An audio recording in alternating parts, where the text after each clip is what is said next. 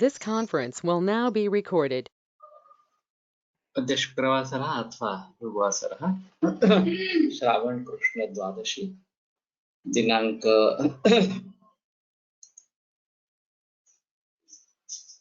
3 सितंबर 2021 रसरत्न समुच्चय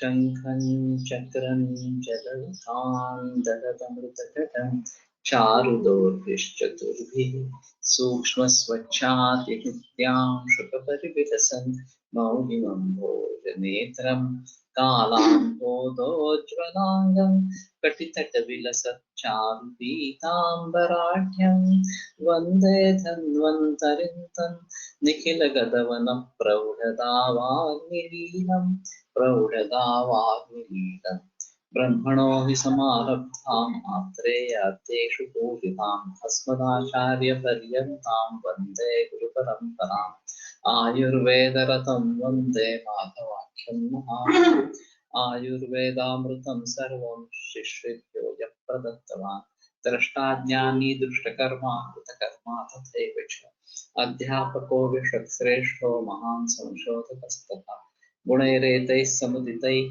यत्कार्यं प्रतनोति सः समृद्ध्यर्थं विकार्यस्य वयं नु प्रयतामहे सरस्वत्यै नमो यस्याः प्रसादात् पुण्यकर्मभिः बुद्धिदर्पणसङ्क्रान्तं जगदध्यक्षं ईशते आत्रेयं प्रथमं वन्दे आयुर्वेदजगद्गुरु आयुर्वेदामृतं सर्वं गृहीत्वा हि सुरेश्वरम् अग्निवेशादिकेभ्यो यत् प्रेच्छत् मुनिसत्तमः प्रथमं तन्त्रकर्तारम् अग्निवेशं नमाम्यहम्।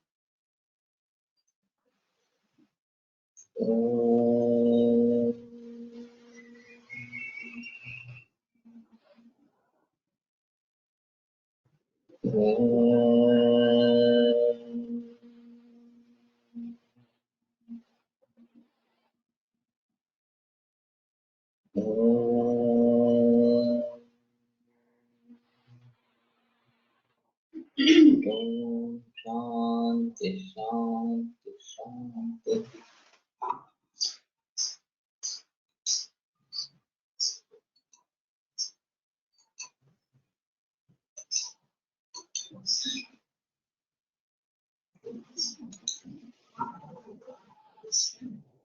वृताक्ते लोह पात्रे तु वितृतं शुद्धगन्धकं वृताक्तं दार्विकाक्षक्तं विनिष्कप्रमितं भजे हन्ति क्षयमुखान् रोगान् कुष्ठरोगं विशेषतः।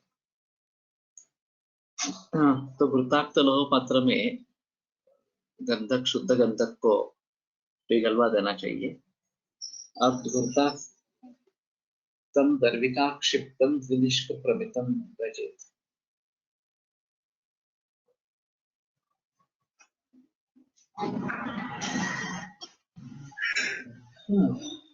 और उसी प्रकार से वृताक्त वो दर्विकाक्षिप्त डाला जाना चाहिए। एक्चुअली दूध में डालते हैं। और विनिष्क प्रमितम भजे, विनिष्क इतनी मात्रा में देना है। अंतिक्षय मुखांत रोगान कुष्ठ रोग विशेष और क्षय मुख रोग, क्षय से उत्पन्न वाले रोग और खासकर कुष्ठ रोग इसका नाश करता है।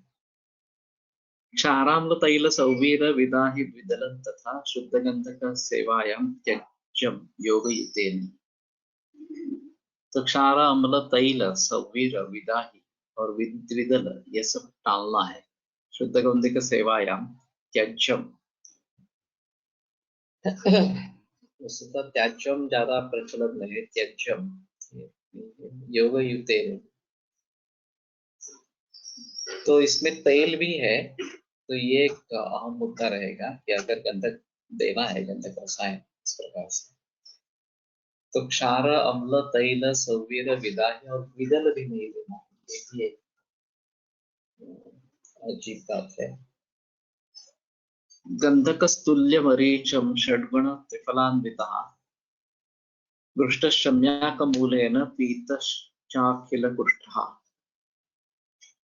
तो गंधक के समान मरीच षड्गुण त्रिफलान्वितः और उसके 6 गुना त्रिफला। गृष्टशम्याकमूलेन,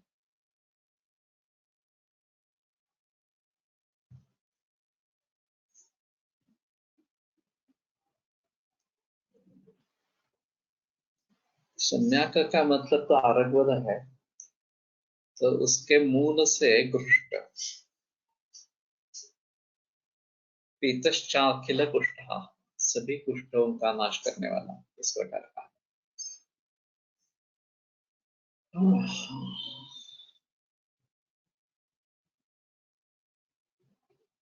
शायद ये थोड़ा सा देख सकते हैं। मैंने आयुर्वेद वरा और गट्टी बनाई, आयुर्वेद कपिला वैसे बाजार में मिलती है।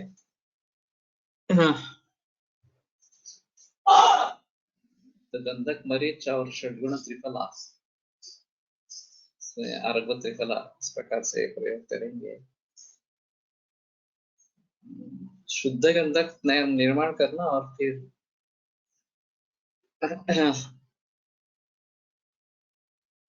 गंधक रसायन का निर्माण करना। मैंने बात की थी विवेक साने से, उसने बनाया है गंधक रसायन, इतनी संभावनाएं देकर परचेस करना चाहिए। नहीं, तन्मूलम सलिले पिष्टम लेपयत् प्रत्यहं तनु दृष्ट प्रत्यय योगोऽयं सर्वत्र प्रतिवीर्यवान् धीमता सोमदेवेन सम्यगत्र प्रकीर्तितः।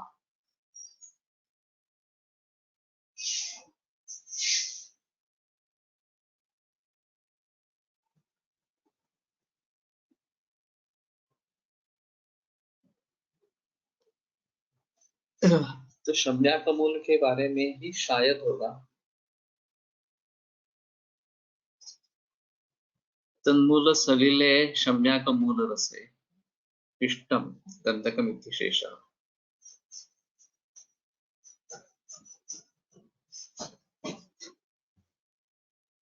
तो लेप लगाना है, दृष्ट प्रत्यय योगो यम सर्वत्र प्रतिवीर्यवान। तो ये दृष्ट प्रत्यय योग है और सर्वत्र अप्रतिवीर्यवान, इसका कोई विरोध इस प्रकार का नहीं है। धीमता सोमदेवेन सम्यगत्र प्रकीर्तितः। आरंभक का वैसे कुष्ठ रोग में अच्छा उपयोग है, और मोयलेले उसके पत्तों से रास तेल करके बनाते थे, मैंने भी वो आरंभ किया और उसके रिजल्ट्स काफी अच्छे है। कंडू वगैरह के बारे में केवल एक केरी आरगवद वृक्ष के पत्ते, हमारे घर के सामने ही आरगवद वृक्ष है, तो कोई प्रॉब्लम नहीं है उसका। गंधक का उसमें अगर करके देखेंगे, मूल कहा गया है यहाँ पे, लेकिन अगर पत्तों का कुछ करते हैं तो शायद लेप के लिए काम में आए। और ये दृष्ट प्रत्यय योग, ये जो बात बताई जाती है वो काफी अहम है, कि इसको परखा गया है, ये प्रयोग किया गया है। तो यहाँ त्रिज सिद्धतमान उवाच, ये जो जैसे सिद्धतम इस प्रकार के बताए गए हैं योग, तो उनकी एक अहमियत है। हमने अभी स्कंद कोश में इसके बारे में जिक्र नहीं किया, लेकिन आयुर्वेदिक कोश में अगर सिद्ध इस प्रकार का औषध है तो इसको कुछ अलग साइन रखेंगे, और लोगों को प्रयोग करने में वो ज्यादा अच्छा इस प्रकार का होगा। अभी ये एविडेंस बेस्ड मेडिसिन का बोलवाला है। और ये एक तरीके से एविडेंस ग्रंथ ही दे रहे हैं कि ये सिद्ध है, सिद्धतम है, प्रयुक्त किया गया है वगैरह वगैरह इस प्रकार से। एक मोड़क नाम के व्यक्ति की नित्योपयोगी निवडक औषधे, ये एक मराठी छोटी किताब थी, करीबन मेरे ख्याल से 60-70 पृष्ठों की होगी। और कृपा औषधालय कोई करके कोई था उस जमाने में, ये मैं बात कर रहा हूँ 60-70 वर्ष पूर्व की। तो वो मोड़क तो वैद्य नहीं थे, लेकिन उस कृपा औषधालय में काम करते थे और उन्होंने काफी मरीज सुधरते हुए देखे थे। तो बहुत सारे औषधियों के बारे में उन्होंने लिखा था कि यह अनुभूत है बहुत सारे मरीजों पर, इसके परिणाम बहुत अच्छे आए हैं इस प्रकार से। ऐसे बहुत औषधियों के बारे में उन्होंने लिखा था। तो कोलटकर सर ने एक दिन मुझे वो किताब दिखाई और कहा कि ये अच्छी किताब है और अनुभूत है इस प्रकार से। वो किताब कुछ दिन के लिए मेरे ख्याल में अष्टांग योग महाविद्यालय में थी। आगे तो मुझे कुछ पता नहीं है अब वो है या नहीं है इस प्रकार। कुठलं वेगवेगळ्या चिकित्सांचं कसं त्यांनी विद्यार्थ्यांनी केलंय. हा तेच ना ते चिकित्सेवरचं पुस्तक. औषधच होते नुसती. काढे मुख्यतः होते. नाही त्यांनी त्यांची लिंकेज कसं लावलं होतं ते केलं होतं. ते पुस्तक गरजेला कोण पुनर्वसनाचा कोण तो त्याच्याकडे त्याची पीडीएफ आहे. बर तुम्ही टाकले नाही मी पण माहिती केला. बघूया. यशस्वी चिकित्सा वेगळंच नाव आहे त्याचं. किसी ने उसकी पीडीएफ बनाई है ऐसा सुना है, मालूम नहीं अभी। तो कहने का तात्पर्य अर्थ ये है कि इस प्रकार की किताब जो अनुभूत योगों के बारे में, वैसे सिद्ध योग संग्रह भी इस प्रकार के अनुभूत योगों का पुस्तक है। इसमें गुणे शास्त्री का पूरा हिंदी में ट्रांसलेट करके दे दिया है। तो ये भी इस प्रकार की किताबें हैं जिसमें परखी हुई मेडिसिन बताई गई है और इसके एक अलग महत्व है। सिद्ध है ऐसा अगर बोलते हैं और लोगों ने उसका प्रयोग किया है तो ये एक अहम नित्योपयोगी निवडक औषध, ये किताब का नाम था और मोडक उसके रचयिता थे। तो उन्होंने सिर्फ संकलन किया है लेकिन फिर भी संकलन अच्छा है और कई बार उन्होंने टिप्पणी लिखी है कि ये अनुभूत है, हमने कई बार इसके अनुभव लिए हैं इस प्रकार से। तो आयुर्वेद के बारे में बताएगा कि इसमें एविडेंस बेस्ड नहीं है, तो ये एक अहम मुद्दा इसमें रहेगा कि इसमें एविडेंस बेस्ड है इस प्रकार से बताने के लिए।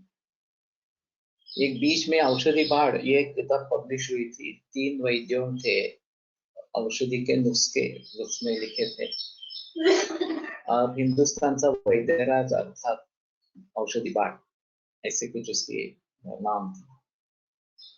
ये शायद उपलब्ध होगा वैद्य,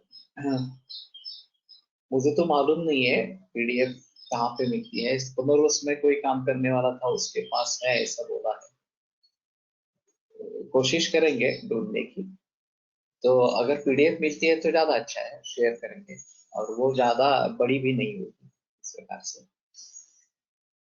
लेकिन कहने का तात्पर्य अर्थ ये है कि इस प्रकार से जो सिद्ध औषधियां हैं वो समझ में लेना ज्यादा जरूरी इस प्रकार का रहेगा।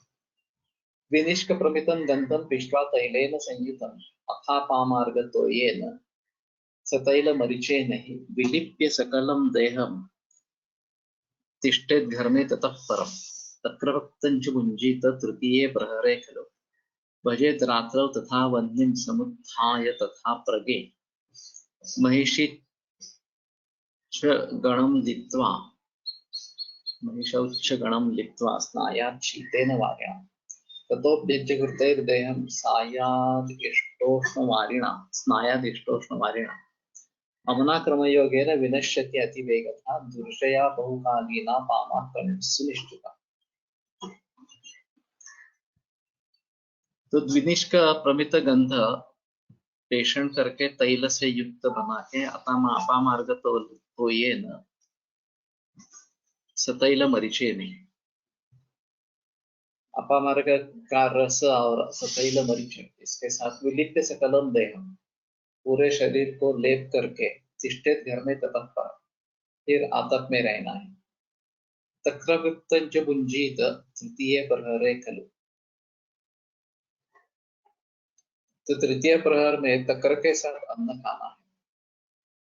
घरगुती औषध है पण अनुभूत है, वो तो है, वो अप्पाशास्त्री साठे का है, उसमें सिर्फ वनस्पति की औषधियां हैं और सिंगल इस प्रकार की है।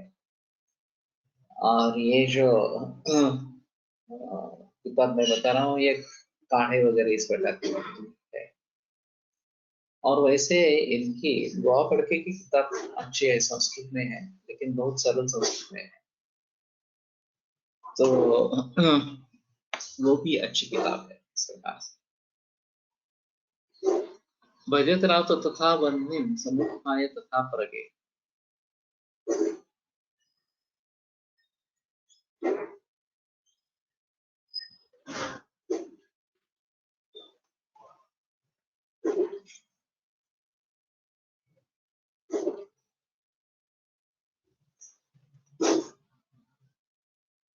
भजत रात्रौ तथा, ये तक्र रात में भी होना है, ऐसा होगा थोड़ा सा, एक बार देखते हैं।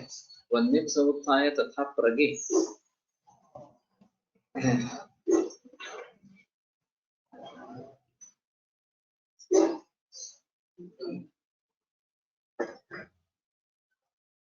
योगरत्नाकर पण या दृष्टीने खूप चांगले आहे. ग्रंथोक्त कल्पापासून रसकल्पापर्यंत आणि काही व्यवहारात प्रचलित उपाय, हे सर्व एकत्र। वैसे भी मैंने समीर जमदग्नि से सुना था कि भाव प्रकाश के नीचे हिंदी टीका में, हिंदी भाषांतर में जो विमर्श है, और वहां पे कुछ उसके योग, अनुभूत योग दिए गए हैं, वो उसमें इस्तेमाल में लाए हैं। तो एक बार देखना चाहिए। मेरे पास हिंदी किताब ही नहीं है लेकिन वो तो मिलती होगी आसानी से, हिंदी किताब, और उसमें नीचे जो विमर्श दिया गया है उसमें अनुभूत योग है हर द्रव्य के बारे में, तो वो भी एक बार देखना चाहिए। प्रग का मतलब प्रातः होता है जनरली। महिषीमलम प्रगे प्रभाते, तो रात को भी तक्र उदन खाना है, और फिर महिषीमल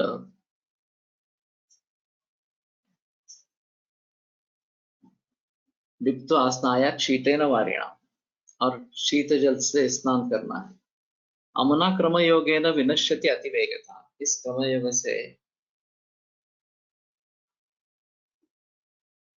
कदाचित योगरत्नापेक्षा जास्त छान है,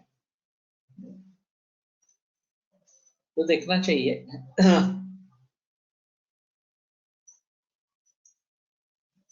कई बार ऐसा होता है कि हमारे जो रोजाना मेडिसिन है उससे काम नहीं हो रहा, और कैसे विचार करना है, क्या करना है, इसके बारे में काफी बहस होती है। तो कभी कभी ये योग भली भांति काम कर जाते हैं, ज्यादा सोचने की जरूरत नहीं होती, सिद्ध होते हैं इस प्रकार से। तो बीत्य कृते देहम स्नायात् इष्टोष्णवारिणा,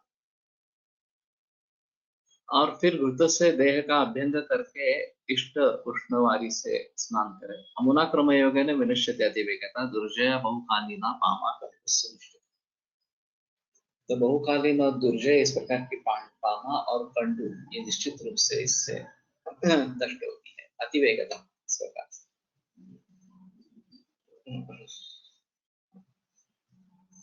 थोड़ा देखना चाहिए। अभी ये एक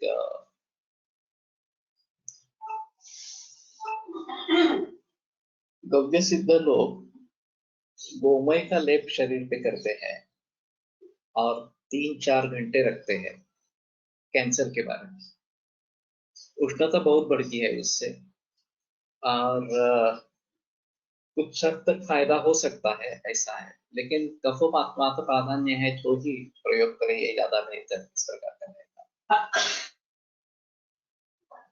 तो इस बाह्य चिकित्सा के जरिए थोड़ा देखना चाहिए।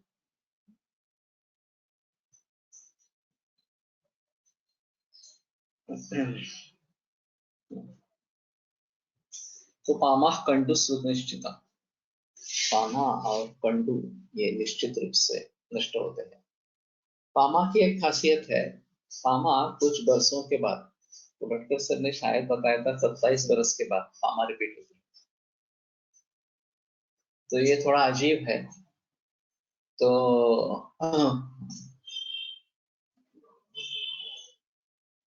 अभी तो काफी एलोपैथी में दवाइयां चलती है इसके लिए, लेकिन फिर भी कुछ लोगों में बहुत ही कष्टदायक इस प्रकार की है। गंधकस्य प्रयोगाणां शतं तन्न प्रकीर्तितं गंधविस्तरभीतेन सोमदेवेन पूजा। तो सोमदेव जो राजा था, तो गंधक के शत प्रयोग उसने लिखे नहीं, ग्रंथ विस्तार भीतेन, क्योंकि वो भयभीत था कि ग्रंथ विस्तार ज्यादा ही हो जाएगा, तो इसलिए पामा म्हणजे खरुस का, यस खरुस।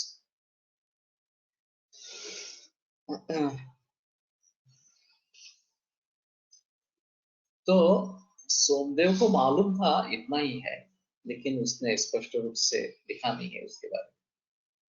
अथवार्कस्नुहि क्षीरैः वस्त्रं लेप्यन्तु सप्तधा गंधकं नवनीतेन पिष्ट्वा वस्त्रं लिपेत् घनं तद्वर्तिं ज्वलिता दंशे धृता कुर्यात् अधोमुखीं तैलं पतेत् अधो भाण्डे ग्राह्यं योगेषु योजे। तो अर्कस्नुहि क्षीर, इससे वस्त्र को 7 बार लेप देना है और गंधक नवनीत के साथ पिष्ट करके उस लेप का उस वस्त्र पर घन लेप देना है। तद्वर्तिम ज्वलितान दंशे, तो ये संदंश यंत्र में पकड़कर ये वर्ती जो है वो जलानी है। धृता कुर्यात अधोमुखी, और वो अधोमुखी इस प्रकार से करनी है। तैलम पतेत अधो भांडे ग्राह्यम योगेषु योजे, उसका तैल अधो भांड में निकल आएगा, वो योगेषु योजे। शुद्ध गंधो हरे द्रोगान पुष्ट मृत्यु जरादिकान अग्निकारो महानुष्णो वीर्यवृद्धिं करोति च।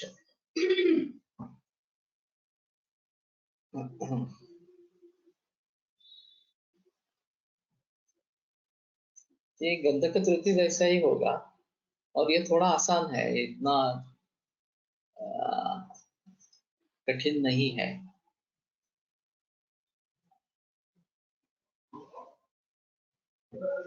तो योगों में इसका प्रयोग इस प्रकार के तेल का प्रयोग करना है। तैलम पतेत अधो भांडे,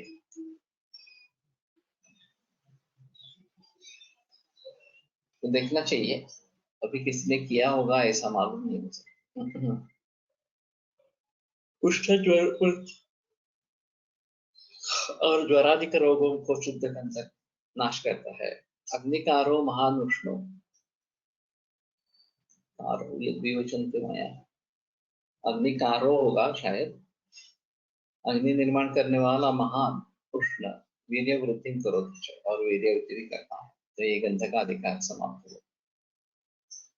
गैरिकस्य अथ गैरिकम पाषाण गैरिकं चैव द्वितीयं स्वर्ण गैरिकं, पाषाण गैरिक और स्वर्ण गैरिक। पाषाण गैरिकं प्रोक्तं कठिनं ताम्रवर्णकं अत्यंत शोणितम स्निग्धम मसृणम स्वर्ण गैरिकं।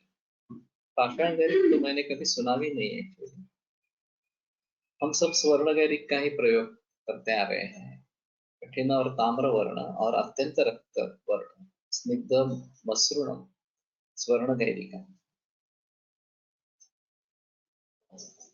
अतः द्विविधयोः तयोः गुणाः स्वादुस्निग्धं हिमं नेत्र्यं कषायं रक्तपित्तलं हित्मावमे विषघ्नं च रक्तघ्नं स्वर्ण गैरिकम्।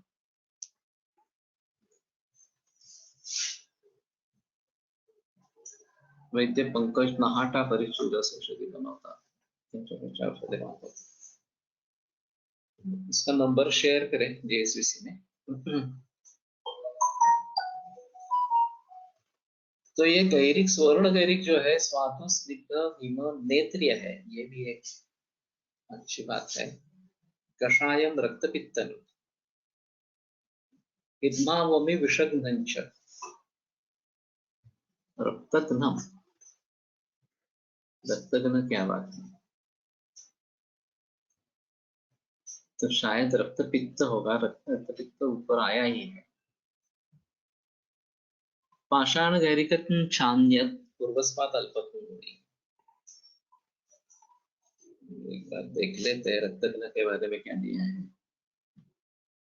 रक्तस्तंभनम इत्यर्थः, रक्तपित्त का ये रक्तपित्त नुत वैसे आया है ऊपर।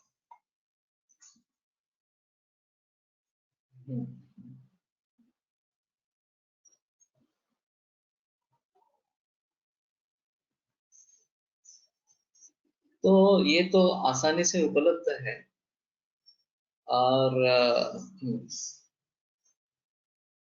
सस्ता है काफी। हम मुखपाक में इसका प्रयोग करते रहते हैं। दातार गुरु जी के सिस्टम में गिरीश का प्रयोग होता रहता है, केवल गिरीश का पित्त के लिए इस प्रकार से।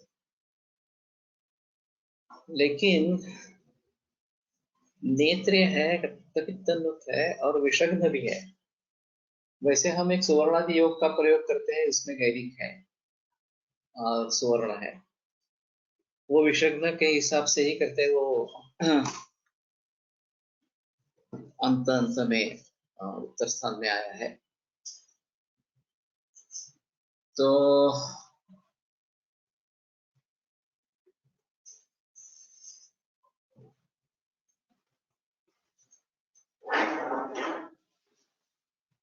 अभी मुझे एक पता है, नानल सर बहुत सारी दवाइयों को, वनस्पतियों,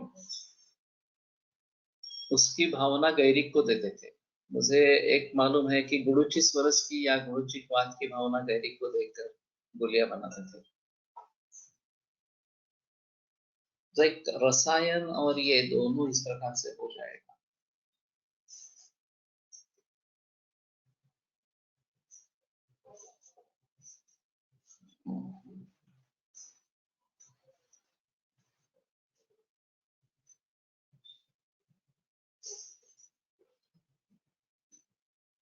और दातार गुरु जी के अनुरूप इसकी मात्रा बहुत ही कम है। बैल पोळ्याला जो गेरू मिळतो तो आणि स्वर्ण गैरिक मध्ये फरक आहे।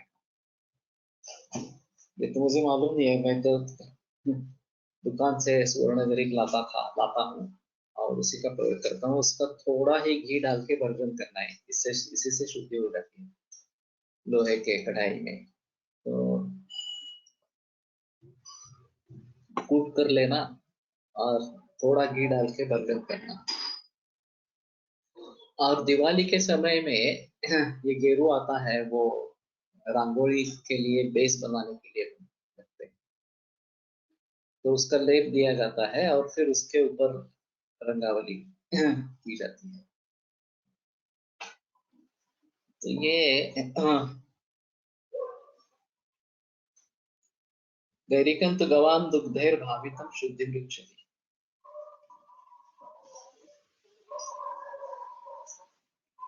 ठीक है, तो ये गवा दुग्ध गोदुग्ध से भावित किसने किया है मालूम नहीं है। हिदमा वमी और विषग्न ये भी एक अच्छा है। तो कैंसर के, खास करके आमाशय कैंसर के मरीज में हमको मामदुरा प्रयोग में लाते रहते हैं और इसमें हिदमा वमी ये दोनों लक्षण दिखते हैं। तो ये शायद केवल सूर्ण गैरिक का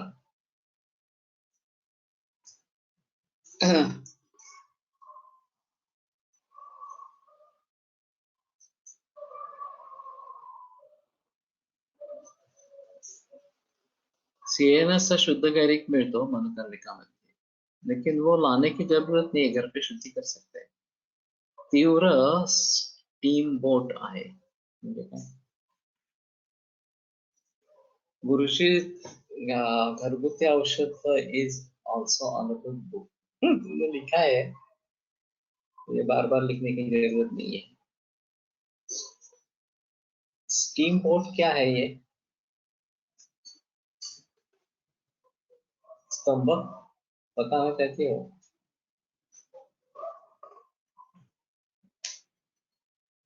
तो दातार गुरु जी का कहना है कि जैसे अग्नि पर मिट्टी डालते हैं, इस प्रकार अत्यग्नि तीक्ष्णाग्नि है तो ये उस प्रकार का काम करता है और भस्मक रोग में बहुत अच्छा रिजल्ट था। कोरटकर सर की केस थी जो 50 रोटी हर रोज खाता था और वो बोलता था कि मैं लज्जित होता हूँ क्योंकि मेरी माँ रोटियां बनाते बनाते थक जाती है, फिर भी मेरी भूख का क्षमन नहीं होता, चूल्हा का क्षमन नहीं होता। वैसे ही गिरीश आरंभ हुआ तो एक हफ्ते में वो 4 रोटी पर आ गया। और बहुत ही कम मात्रा में गिरी इस प्रकार स्तंभक। तो स्तंभक के हिसाब से इसका अच्छा प्रयोग करना चाहिए, और शायद इसके लिए जरा बड़ी मात्रा में प्रयोग करना चाहिए। इतनी छोटी नहीं तो बार बार देते रहेंगे, ऐसा करेंगे।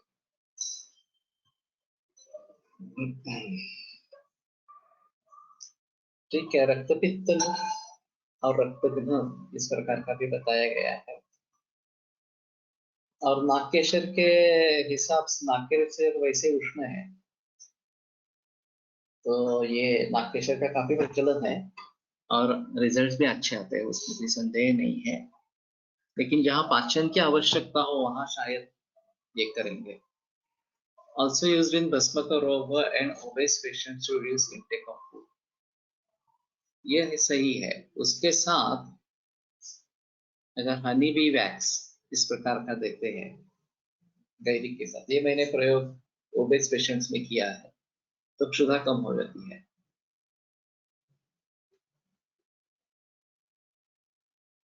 मुखपाक, ओरोदाह, अल्सर एक्सेट्रा मध्ये गैरिक खूप उपयुक्त। गैरिक रंगारी वेगळा असतो, स्वस्त मिळतो। स्वस्त गैरिक महाग असतो।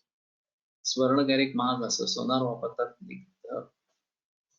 सोनार वापरतात।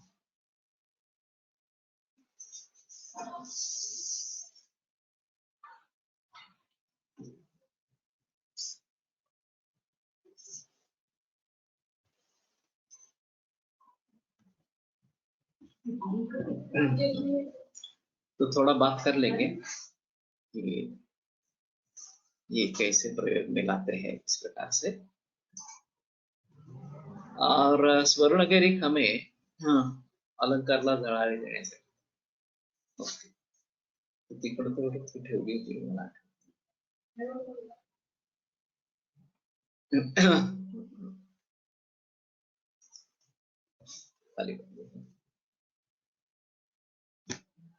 तो याचेच औषधी उपयोग आहे। ओके, लेकिन फिर भी ये महंगा नहीं है। स्वर्ण गैरिक जो है वो फिर भी महंगा नहीं है। तो ये सिंपल दवा है और ज्यादा मात्रा में प्रयोग कर सकते हैं। Jewellers use in bangles, Bengali type of bangles. ठीक है। गैरिकंतु गवान दुग्धैर भावितम शुद्धिमुच्यते। तो गोदुग्ध की भावना देने से शुद्ध हो जाता है, लेकिन टिकने में प्रॉब्लम होता है क्या देखना चाहिए। गैरिकम सत्व रूपम ही नंदीना परिकृत, ये सत्व रूप नहीं है इस प्रकार से नंदी ने कहा। कुठलेही धातू उजळवण्यासाठी जसे तांबे इत्यादि। ये भी अच्छा है।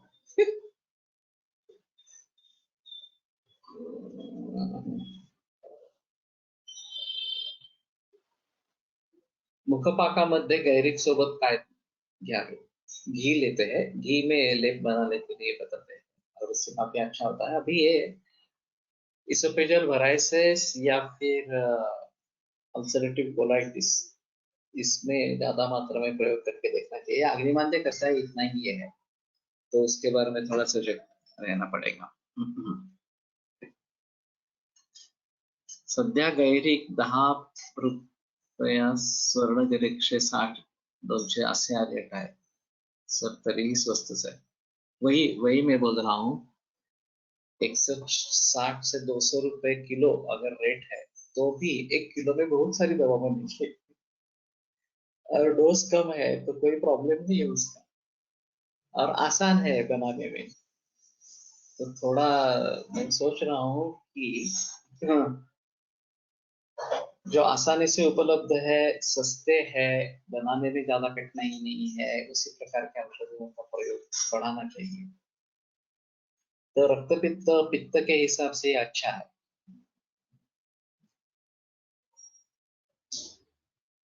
ओके। कैरप्युक्तम पतेत् सत्वम क्षाराम्ल स्विन्न कैरिकात् उपतिष्ठति सूतेन्द्रम एकत्वं गुणवत्तरम्।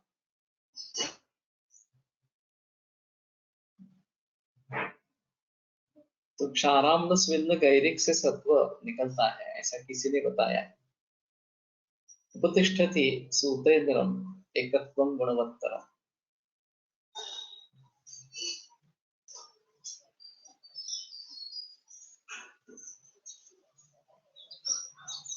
ये तो पता नहीं लग रहा।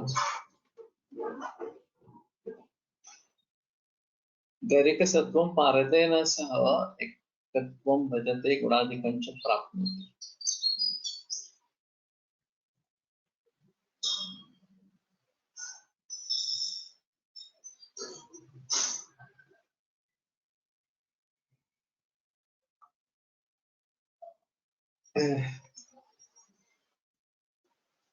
ये फिर अनुमत तंत्र युक्ति होते हैं, दूसरे का मत बताना, खंडन न करना, इस प्रकार का। तो क्षाराम्ल स्विन्न गैरिका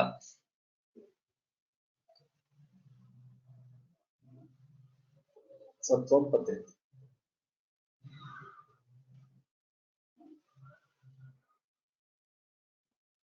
देखना चाहिए किस प्रकार से सत्व निकलता है, इससे दोनों से निकलता है थोड़ा देखना। और वो अगर पारद से युक्त होता है तो गुणवत्तर इस प्रकार का हो जाए।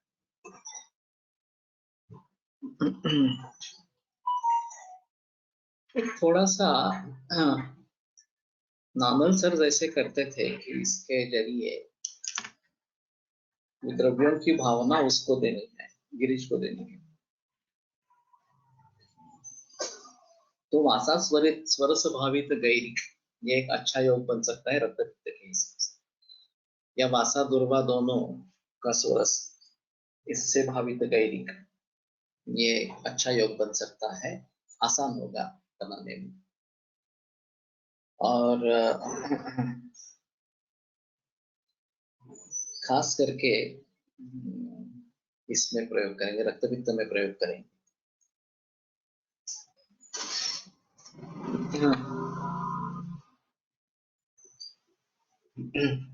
तो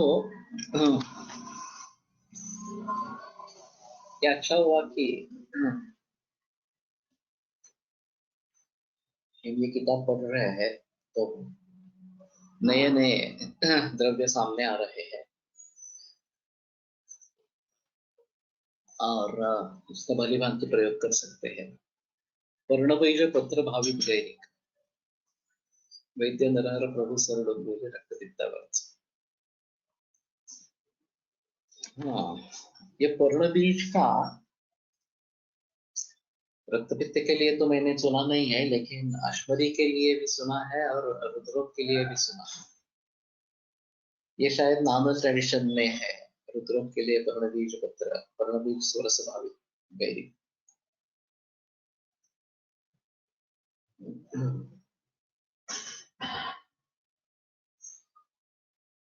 तो थोड़ा सोचेंगे इसके बारे में कि कैसे कैसे योग बन सकते हैं। और प्रभु सर काफी बुजुर्ग है, तो प्रैक्टिस का अनुभव ज्यादा है। कामुदघा व लघु सूचेकर शिवाय आणखी कोणते कल्प वापरता आहेत गैरिकाचे?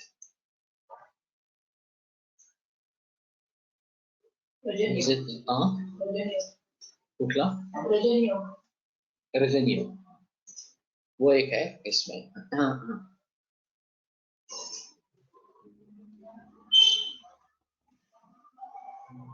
देखता हूं मैं अभी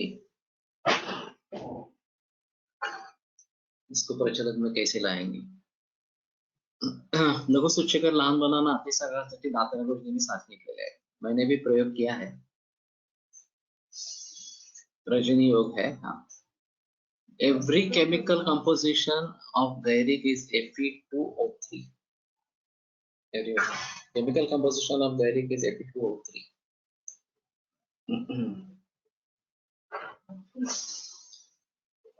तो फेरस और ऑक्सीजन दोनों है। पांडुप के हिसाब से रक्तपित्त गैरिक का प्रयोग किया गया है क्या मालूम नहीं।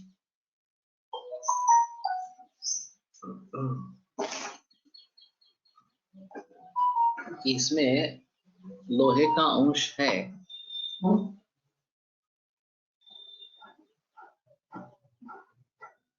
पर्णबीज तेल बस्ती हील्स अल्सर्स मिराकुलसली। ये तो नया सुना। वैसे पर्णबीज मेरे प्रचलन में नहीं है, लेकिन अश्मरी, मुद्राश्मरी और ये रुद्रो, इसके लिए मैंने सुना था। ये आसानी से ग्रो होता है पर्णबीज, आसानी से बढ़ता है पर्णबीज, क्योंकि पान से ही पान निकलता है, पर्ण निकलता है। तो ब्रायोफाइलम अतिगैरिक ने मृतभक्षण जन्य अपनी पांडु होइल का अति से होगा। अभी जिन लोगों को मिट्टी खाने की इच्छा होती है, उनके लिए ग्रंथों में ही बताया गया है कि गैरिक खाए। इस प्रकार से कितनी मात्रा में खाए यह अलग चीज है, लेकिन पृथ्वी तत्व की कमी है ऐसा समझकर पृथ्वी तत्व देना, ये साक्षात पृथ्वी तत्व है गैरिक। ये quantity, yes, Parnavic is quantity. Told by Vaidya Hardhankar in ulcerative colitis, oil easy to make.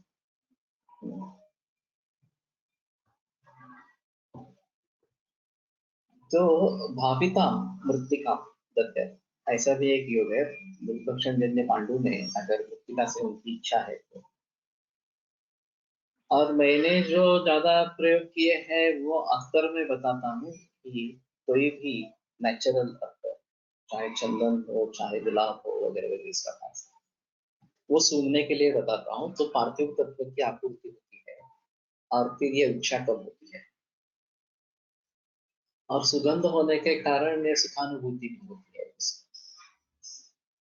और वे एलोपैथी में भी एक नेजल स्प्रे आया है ऑस्टियोपोरोसिस। तो ये बड़ा अजीब चक्कर है कि उन्होंने कैसे ये ढूंढ निकाला कि नेजल स्प्रे से ऑस्टियोपोरोसिस में काम होगा इस प्रकार से। और वैसे कक्षा में जो स्वेदन होता है उसका एक गंधा अलग होता है। तो ऐसा कहा जाता है कि एक स्त्री बनाने वाली औरत बार बार वो सुनती थी कक्षा का, अपनी कक्षा का गंध सुनती। तो एक आदमी ने देखा और फिर उसने पूछा तुम ये क्यों कर रही हो? तो बोले मुझे अच्छा लगता है, मुझे एनर्जी मिलती है इससे। तो उसके ऊपर संशोधन हुआ आगे, और ये इसमें निकला कि उसमें हार्मोन्स है कुछ इस प्रकार से, और वो एनर्जी देने वाले इस प्रकार के। अभी स्वेद तो मल है वेद का इस प्रकार का, और फिर भी वो स्मेल और स्वेद का अन्य स्मेल, ये थोड़ा फर्क इस प्रकार का रहता है। तो गंध द्रव्यों का प्रयोग अगर करेंगे, गिरीज को अगर सुगंधित द्रव्यों की भावना दे दें, चाहे चंदन हो चाहे और कोई हो, गुलाब हो वगैरह वगैरह इस प्रकार से, तो शायद बात बन सकती है कि उसका प्रयोग इस प्रकार की मिट्टी खाने की इच्छा जिनमें है उसमें हो सकती है। स्वाति जावे, हाँ स्वाति जावे। तो ये पर्णबीज तेल का तो प्रयोग करेंगे, और शायद दूध बनाने के बजाय अगर घी बनाना है तो कोदल तेल का प्रयोग करेंगे, नहीं तो सिद्ध घृत बनाएंगे, नहीं तो यमक बनाएंगे तेल और घृत इसका, तो वो ज्यादा अच्छा कार्य इस प्रकार का हो। तो इन सभी के बारे में थोड़ा थोड़ा सोचना पड़ेगा कि जीवक सत्व गैरिक सत्वपातन केल्यास फक्त लोह मिळते, लेकिन सत्वपातन का विधि उन्होंने बताया है क्या? और मुझे तो लगता है कि एक बार सिद्धिनंदन मिश्र को मिल लेंगे, अगर वाराणसी में है तो किसी वैद्य को उनके पास जाकर उनके अनुभवों का संकलन करना है। दो तरीके से, एक तो औषध निर्माण के जरिए, और अगर उन्होंने प्रैक्टिस की है और प्रैक्टिस में उनका भलीभांति प्रयोग किया है, उसके हिसाब से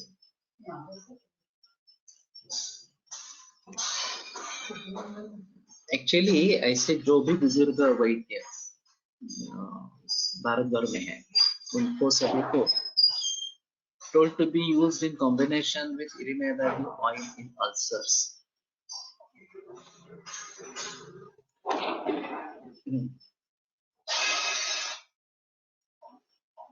तो ओरल कैंसर्स में भी प्रयोग कर सकते हैं।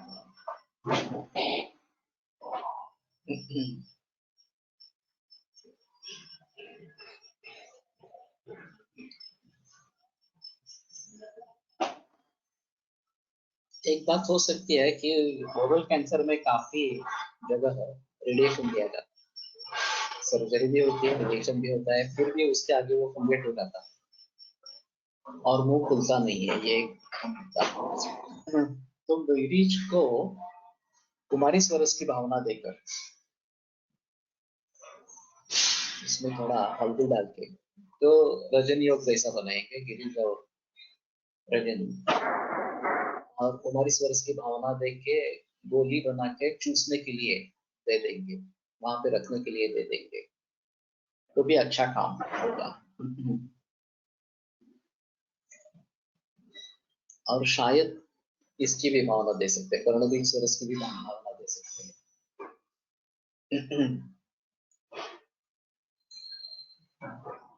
मंगेश टमके, तुम सुन रहे हो? तो ये कॉम्बिनेशन बना दो, गिरीश उसमें हरिद्रा, कुमारी स्वरस की भावना,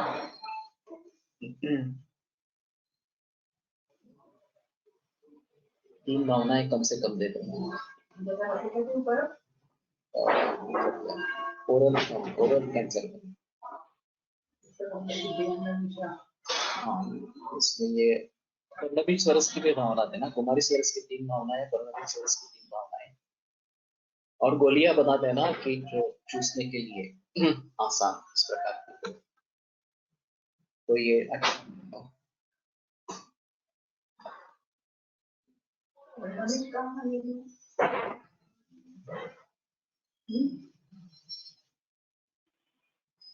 is very guru, hence very small enough. अच्छा करते।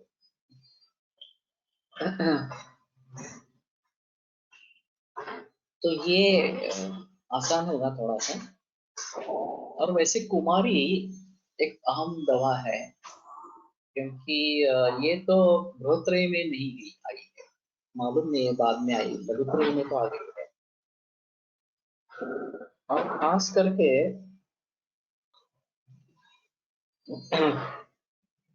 विष के लिए अच्छा है, अग्निदग्ध के लिए अच्छा है, रसायन है, शीतवीर्य है, तो काफी तरीके से उसका प्रयोग हो सकता है।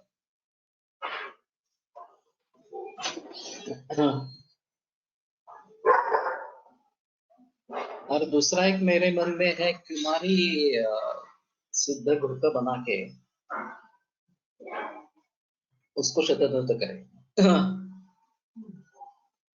तो ये एक अहम मुद्दा अलग रहेगा कि जहां जलन बहुत ही ज्यादा है, विष का परिणाम है, उसमें ये अच्छा काम करेगा। मैंने सोनाली शिंदे को कई बार कहा, उसके पास तो ये कुमारी है प्रभुत मात्रा में उपलब्ध है।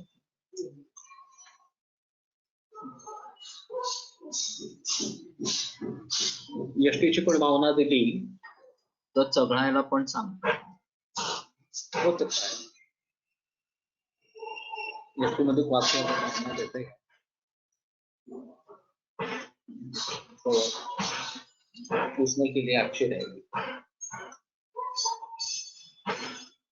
और ये स्विन्न गैरिक से अगर लोह मिलता है और उसके साथ पारद या रस सिंधु डाल के प्रयोग करेंगे तो अच्छा रहेगा।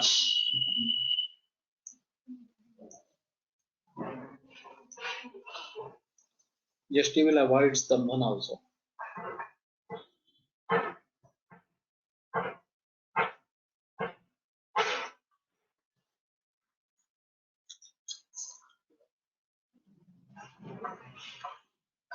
वैदिक का मारण एवं सत्वपातन नहीं होता है, क्योंकि आचार्य नंदी ने इसको सत्वरूप होने के कारण सत्वपातन नहीं करने का निर्देश दिया है, किंतु रसनाकार ने के सत्वपातन के लिए कहा। इसमें क्षार एवं अम्ल वर्ग के सभी द्रवों के साथ स्वेदन एवं मर्दन करके मूषा में रखकर दहन करने पर वैदिक का सत्व निकलता है।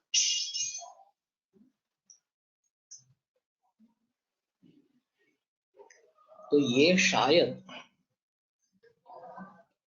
रक्तों को बढ़ाने के लिए अच्छा होगा।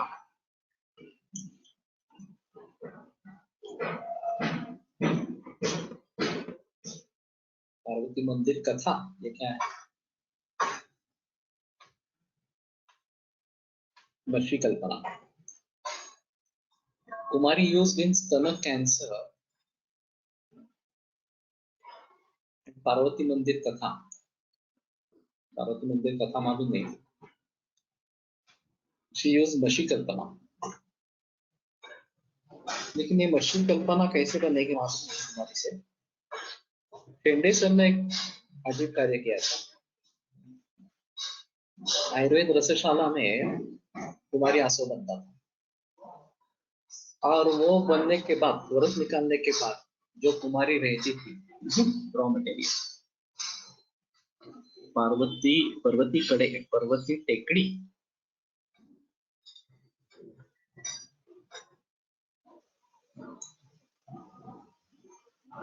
पर्वती मंदिर काट है का?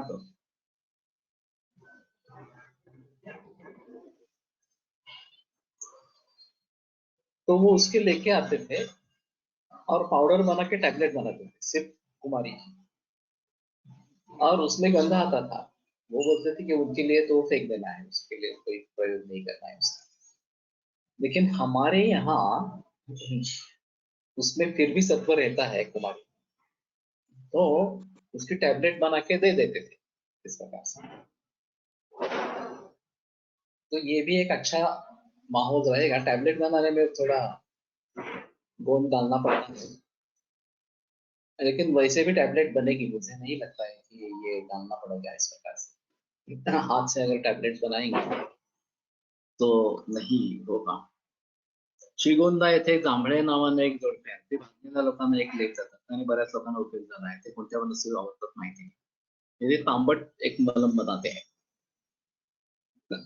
यहाँ पुणे में भी मेरे परिचय में मेरे रुग्णों में तांबट है, तो वहाँ उनको तो एक जरूरत होती है तांबा बनाते समय इस प्रकार का, तो इस प्रकार के हादसे होते रहते हैं। तो वो एक मलम बनाते हैं और वो फ्री देते हैं, आप मालूम नहीं देते हैं इस प्रकार से। लेकिन पाठ मैंने तो सुना नहीं है। शोणित स्थापन गणात कैरिक आहे। शोणीचं स्थापन या कर्माचा अर्थ शोणिताचे प्राकृत स्थितीत स्थापन असा होऊ शकेल। हाँ,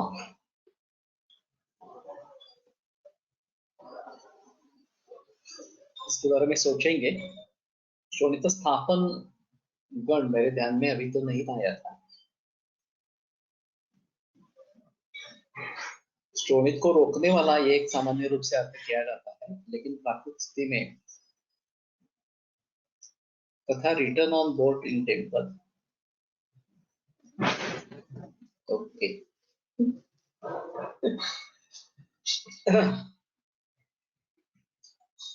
देखना चाहिए। वैसे नीलगिरी का जो बोर्ड होता है वो घिसकर स्तनार्बुद में प्रयोग में लाते हैं। मैंने एक किया था, ज्यादा लोगों ने इसका बहस नहीं किया है। वैसे नीलगिरी का ये इजीली अवेलेबल है। फिर से एक बार थोड़ा इसके बारे में सोचना चाहिए।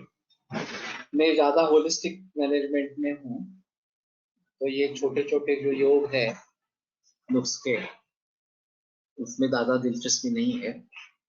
फिर भी मैं मानता हूँ कि कुछ हद तक ये थोड़ा देख लेना चाहिए जो ज्यादा अच्छा इस प्रकार का रहेगा।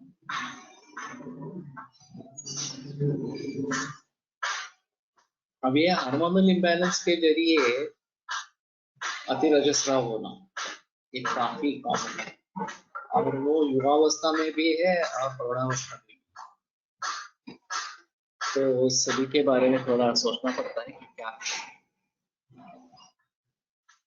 ALL या और CLL में इसमें तो कर सकते हैं, क्योंकि इसमें अंत में रक्त पित्त की संपत्ति हो जाती है बहुत सारे। वैसे ALL बहुत ही एक्यूट कंडीशन है, और ब्लास्ट सेल्स कितने हैं उसके आधार पर प्रोग्नोसिस किस प्रकार का रहेगा ये रहेगा। अग्निदग्धहर दग्धावर असे अनेक ठिकाणी लेप देणारे आहेत. हे सर्व परंपरेने आलेल्या योग एकत्र करता येत आले तर अग्निदग्ध चिकित्सा खूप फरक पडेल. सध्या ॲलोपॅथी मध्ये फारसे काही नाही, ये तो सही है, लेकिन परंपराओं से अगर मिले हमें तो अलग बात है, AML और CML। लेकिन CML में क्रॉनिक जब हो जाता है तो वो मेंटेन करना है उसको। एक्यूट है ALL या AML, इसमें बहुत ही गंभीर अवस्था होती है। तो सोचेंगे दाता ये गुणेश शास्त्री ने मुरुगार सिंह के नीचे एक अग्निदग्ध मनोहर बताया है, एरेंडस नेगेटिव, वो हमने किया था और उसके काफी अच्छे रिजल्ट्स हैं। वो अभी हमारे क्लिनिक में है या नहीं मुझे मालूम नहीं है, लेकिन एक युवा लड़की करीबन 25-26 बरस, उसको वो 2 बरस की थी तब अग्निदग्ध हुआ था, और पूरी पांव वगैरह इस प्रकार से पूर्व प्रदेश में काफी वैवरण्य संकोच इस प्रकार के लक्षण थे, और यह अग्निदग्ध मनोहर का लेप बनाया इतने वर्षों के बाद, और वो काफी हद तक सुधर गई। उसकी शादी होने वाली थी और वो डर गए थे कि ऐसी अवस्था में शादी कैसे करें, लेकिन मुझे भी आश्चर्य रहा कि भीतर तो दवाइयां दी केवल ऊपर से नहीं था, लेकिन ये लेप लगाने से 90% ठीक हो गया है। तो वो भी एक अच्छा लेप है, गुणेश शास्त्री में आया है। शिगो जोशी यांचे पुस्तकात अग्निदग्धावर पिठी साखर एंजल ऐसा लेप सांगितला आहे।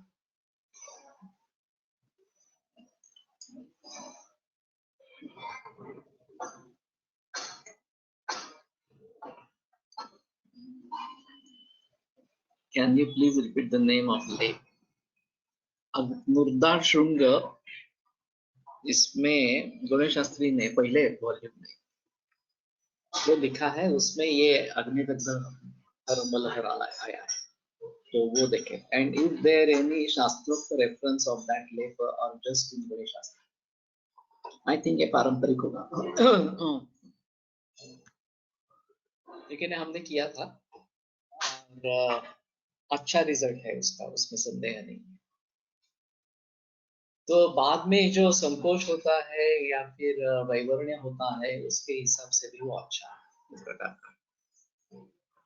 ठीक है, आज रुकते हैं कल।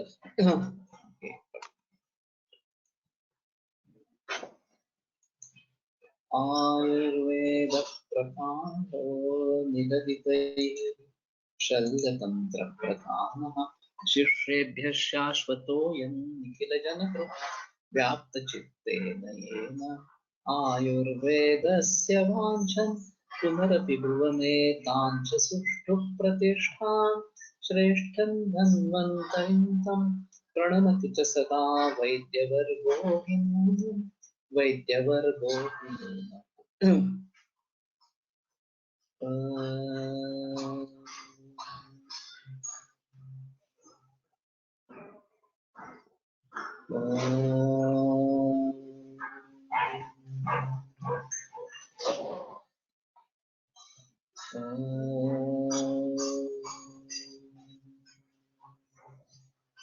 ओम शांति शांति शांति. अन्यत्र होणाऱ्या फायब्रोसिस मध्ये पण हा लेप वापरून बघितला पाहिजे. सबम्युकोजल फाइब्रोसिस एक्सेट्रा. शायद क्योंकि बहुत सारे लोगों में रेडिएशन के बाद होता है, तो ये अग्नि दग्ध जैसा ही है फाइब्रोसिस जो है वो. ठीक. विरम्यते व्याख्यान व्यापार स्वाहा पुनर्विमिलिष्यामः.